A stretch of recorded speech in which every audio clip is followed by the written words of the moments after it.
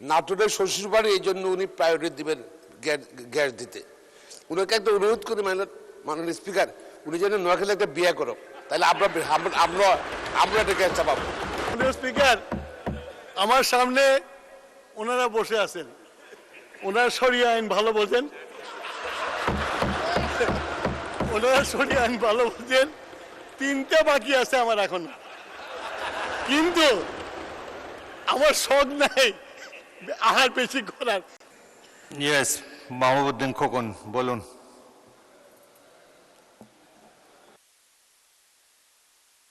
Mic দেন।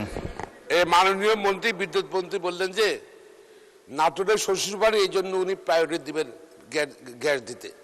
উনাকে একটা অনুরোধ করি মাননীয় স্পিকার, উনি যেন নোয়াখালী একটা বিয়ে করো, তাহলে আমরা একটা গ্যাসটা পাবো।